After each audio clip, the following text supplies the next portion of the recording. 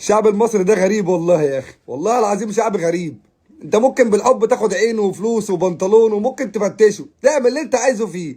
اول ما تفكر تستفزه او تستقل بيه او تقلل منه هيديك بالجزمه اوتوماتيك. شكرا سبحان الله. شعب ملوش كتالوج، والبني ادمين دي البشر اللي عايشه في ارض مصر دي مفيش منها في اي حته في العالم، هم موجودين في مصر بس. فانت يوم ما تفكر تقلل من حد من مصر هتلاقي رد فعل انت لا تتوقعه. ومش في الكوره بس، ده في اي حاجه في الدنيا تانية. احنا ربنا خلقنا كده، احنا ناس مفيش زينا على كوكب الارض. خلاص احنا الفئه بتاعتنا دي الشعب المصري ارقش طقم اسنان ده، شكرا سبحان الله مفيش منهم. هو موديل واحد اللي نزل في ارض مصر والموضوع خلاص. فكونك ان انت تنزل صوره كمنتخب بنين او صفحات يعني السوشيال ميديا بتاعت منتخب بنين، انا ما اعرفش هم عندهم نت ولا قاطع اصلا ولا الدنيا ايه، محمد صلاح نايم في الارض وتحاول تجلده.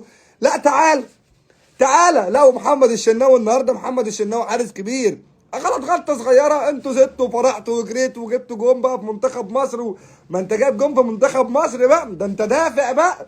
طب قابل وقعد بقى اللي هيحصل فيك، تتاخد ورا مصنع الكراسي وقلعوك البنطلون وساعتك هتلاقي نفسك بتتجرد من اشياء وانت مش واخد بالك.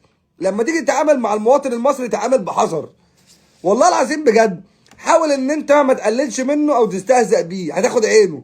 ممكن تطلعه من البطوله عادي ويمشي، مفيش اي مشكله بالنسبه له، وهنهزر ونضحك ولا اركبوا الطياره وروحوا. انما تفكر تستقلب مواطن مصري، الموضوع انتهى.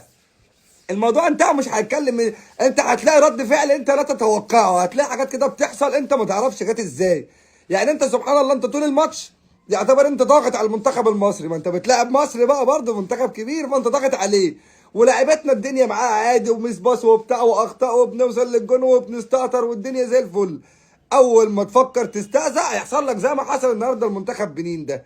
فدي رساله لمن يهم الامر، يعني حتى منتخب بوركينا فاسو اللي احتمال احنا نقابله الماتش اللي جاي، لو انت عايز يعني هات جون في الشوط الاول واجري واحتفل، وما تزعلش على اللي هيحصل لك بعد كده. لان احنا عندنا لعيبه رجاله، اقسم بالله لعيبه منتخب مصر رجاله، هما بس ناقصهم شويه ثقه في النفس، وان هما بس ايه ما يستقلوش باللي قدام منهم. مش عشان انت مصري تستقل بخلق الله او تفكر ان انت يعني، لا ده انت مصري وكل حاجه، بس برضه الناس دي عندها كرامه ودم. احنا مش هنفضل نهزق في خلق الله طول عمرنا، لازم الناس دي نشوف لها رد فعل. فانت كلاعب في منتخب مصر لازم تبقى شايل المسؤوليه، مش ربنا مديك شويه عافيه وشويه صحه وشويه يعني حاجات من دي هتفتري على خلق الله. احنا مصريين بس برضك يعني صباح الفل.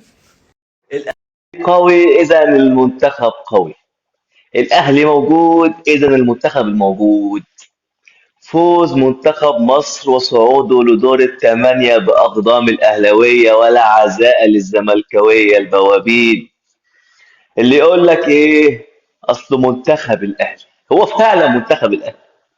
الأهلي النهارده حقق فوز 3-1 على منتخب بنين بعد عق قروي من حسام حسن. عك، والحمد لله مشي بدعاء الوالدين ولاعبي النادي الاهلي. الهدف الاول عن طريق مروان عطيه باسيست محمد هاني. الهدف الثاني عن طريق ياسر ابراهيم باسيست مروان عطيه. الهدف الثالث عن طريق النجم محمد صلاح باسيست مين؟ زيزو. كابوسك السيد زيزو، واحمد السيد زيزو هيفضل على طول كابوسه. احنا وصلنا دور الثمانيه باقدام لاعبي الاهلي، علشان خاطر تفضل فاكر كابوسك مين في عز فرحة. كابوسك النادي الأهلي، نسر النادي الأهلي، كابوسك الأبدي. ابعتها له. اهتموا بالتغذيه شويه يا جماعه، يعني اهتموا بالتغذيه شويه. وفتره الرضاعه ما ينفعش تبقى سنتين. احنا البني ادم عندنا المصري اللي امه عايزه تطلعه لعيب كوره يرضع 14 سنه، ده اقل واجب عشان نعرف نواكب العصر اللي احنا فيه. ما هو من 4 5 سنين النادي الاهلي كان عنده مشكله في خط الوسط. عارفين النادي الاهلي مشاكله بسم الله ما شاء الله بتبقى عويصه.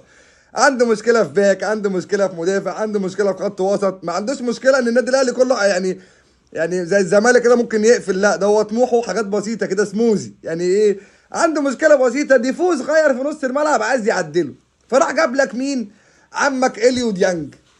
جاب اليو ديانج ده قال لك اللعيب ده هيقف هنا والله ما انت معدي، يعني هيقف في خط النص والله راجل ولا رايح يمين ولا رايح شمال، انا عايز راجل يعدي من هنا. وبسم الله ما شاء الله عليه، لو خبطت انت فيه تروح المستشفى. ربنا كرمك وفتحها عليك وهو خبط فيك برضك هتروح فانت في الحالتين مع اليو ديانج انت شكرا سبحان الله. لعيب بقى كابتن محمود الخطيب بيخلص قال لك انا اجيب لعيب انزله الدوري المصري يلم لي الدوري ده في شوال، يلا جايب لك اللي جابه مفيش، انا جايب لعيب يخلص لي يا راجل احنا لسه هنهزر، لسه هنهزر وبتاع ولاعيبه مش عارف ايه ومحمد مجدي قفشه وبتاع، ده انا جايب لك اليو ديانج. اليو ديانج ده دبابه، احنا بسم الله ما شفناه احنا. يا راجل ده جاب جون في ابو جبل، ابو جبل مش مصدق انه جابه فيه، خاف منه، خاف يصد الكره لا يضربه. قال له انت هتصد مني الكره ولا لا خشي من فوق منه، دخل اليوم 5-3. فاليو ديانج ده بسم الله ما شاء الله عليه، يعني ياخد 2 لعيبه على ايده اليمين و2 لعيبه على ايده الشمال وياخدهم من عند الشناوي، يقول له شناوي انت قام من ظهري وانا هروح اوديهم الناحيه الثانيه وجاي، يروح ياخدهم يجري شغال نص نقل في الملعب رايح جاي الراجل. ياخد اللعيبه ويروح راميهم في ال 18 الناحيه الثانيه ويرجع يجيب الكرسي وحجر المعسل بتاعه وانا قاعد في خط النص. لو راجل عدي انت، لو دكر عدي، وانا جايب غفير النادي الاهلي مع كابتن محمود الخطيب جاب لنا بودي جارد. المهم يعني عشان يعني ايه، اليو ديانج ده اللي بسم الله ما شاء الله عليه ده، انا يعني حبيت اتفرج عليه في منتخب بلده، يعني مش عشان حاجه والله، طبعا انتوا عارفين اليو ديانج ده بالنسبه للشعب المصري احنا كتاكيت جنب منه. هو بسم الله ما شاء الله ديك رومي، جايبين ديك رومي في الملعب واحنا كتاكيت وبط صغنطه حاجات كده سموزي اللي هو ايه صغننين يعني. فاليو ديانج ده هيلعب بقى في منتخب بلده، ده اليو ديانج بقى بتفرج لقيت اليو ديانج ده اصلا يعني ميني باص صغنن هناك، اتوبيسات وطيارات وقطوره هناك، وبص بسم الله بيرضعوا 40 سنه مش عارف ولا ايه، بياكلوهم بيقابلهم بيحطوا لهم الفته زي ما حضرتك شايف في الصوره كده، بيرضعوهم فته وهم صغيرين ما تعرفش.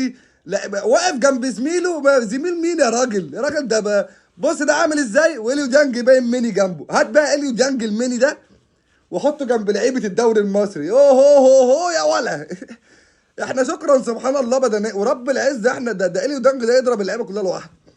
يعني ده لو خسر الماتش قابله قاعد قابله قاعد وشاك وسكرك عشان الناس تقدرك. اليو ديانج لو حضر خلاص كده الموضوع انتهى. فبالنسبه للعيبه بتاعت منتخب بلده لا ده هو ميني ده تنايه صغنطوطه، عربيات تنايه سوزوكي تيت من اللي بتمشي عندنا في اسكندريه دي، تيت صغنطوطه كده خالص، غير بقى الاتوبيسات اللي واقفه جنبه والجبال بقى وده طيارات وقطوره وايه بسم الله لعيبه يعني. اتاري كابتن محمود الخطيب بيشتغلنا اصلا، حب يوفر، قال لك اما اجيب لعيب ميني من هناك، لا جاب لعيب ميني زغنطط كده حطه لنا، دي مقارنه بمنتخب بلده لما هو ميني واحنا جنب منه. يعني الوضع ايه بالنسبه لنا احنا؟